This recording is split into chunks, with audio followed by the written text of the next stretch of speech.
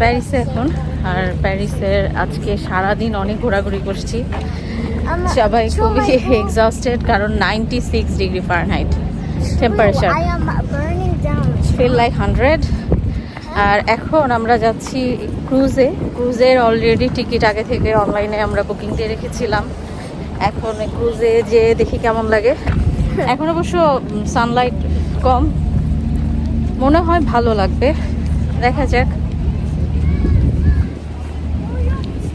Makeup দেয়নি, তারপরও মনে হচ্ছে মুখটা এত বেশি sweaty.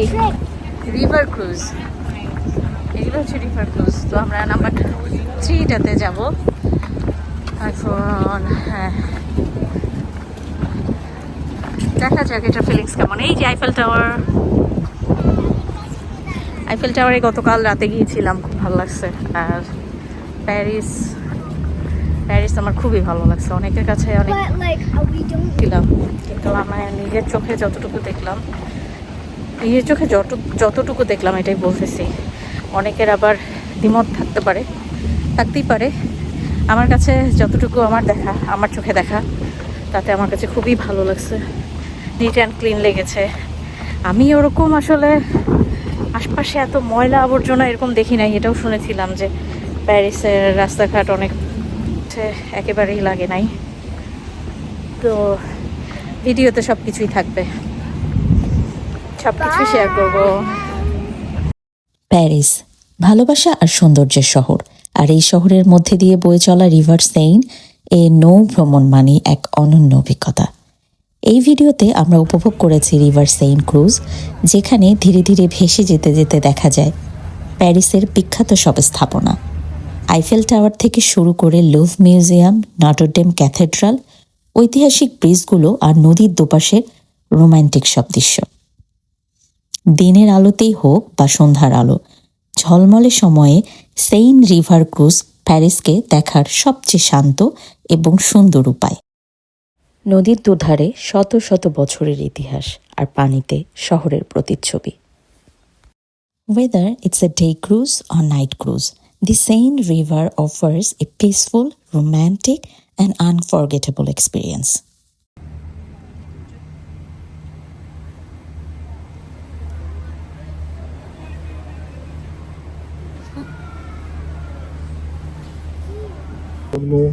En un museo en el año 1986. El Museo de Orsay está consagrado a la pintura impresionista.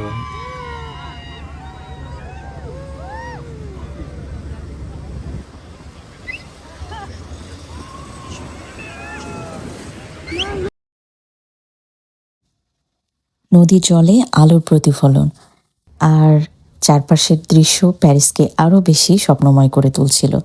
তো আমাদের এই রিভার ক্রুজটা, সেইন রিভারের মধ্যে যে রিভার ক্রুজটাতে আমরা যাচ্ছিলাম, সময় কিভাবে চলে যাচ্ছিল সেটা তো বলার অপেক্ষাই রাখে না। সুন্দর একটা সময় কাটছিল। সারা দিনের গরমের পরে টেম্পারেচার অনেক বেশি হাই ছিল, আমি যেটা ভিডিও শুরুতেই বলেছি। তো যখন এই উন্মুক্ত আকাশের নিচ দিয়ে আমাদের যে ক্রুজটা যাচ্ছিল, বোট ক্রুজ, সেই ক্রুজের মধ্যে একটা মৃদু মন্দ বাতাস ছিল। আর চারপাশের এই যে বিখ্যাত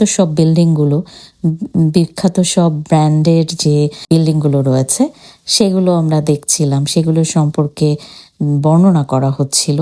তো এই সব কিছু আসলে তো হঠাৎ করে সব বিল্ডিংগুলো দেখলে বোঝার উপায় থাকে না যে কোন বিল্ডিংটা কি রিপ্রেজেন্ট করছে।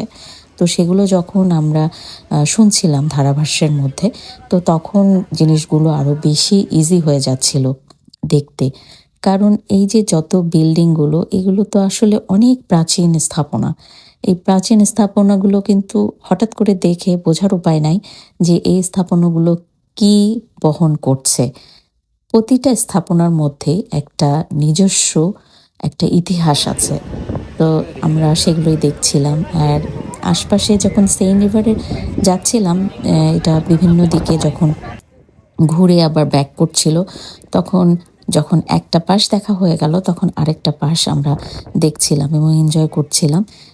মনে হচ্ছিল যে কোনটা ছেড়ে কোনটা দেখবো, এরকম একটা বিষয়। Continent to continent.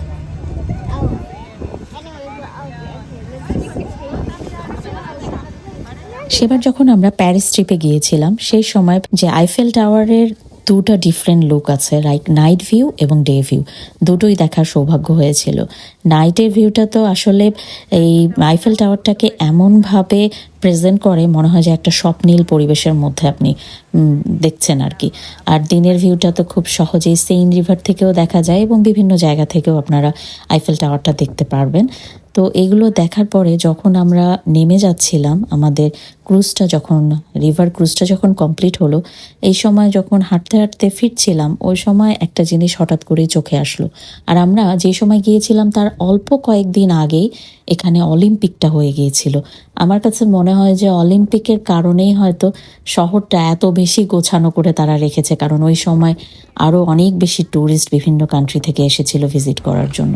আর আমি এটার কথা বলছিলাম যে যাওয়ার সময় এখানে দেখছিলাম যে ফ্রান্সের যে ফ্ল্যাগ, সেই ফ্ল্যাগের আদলে এখানে খুব সুন্দর করে কালার দিয়ে তারা এই জিনিসটাকে বানিয়েছে।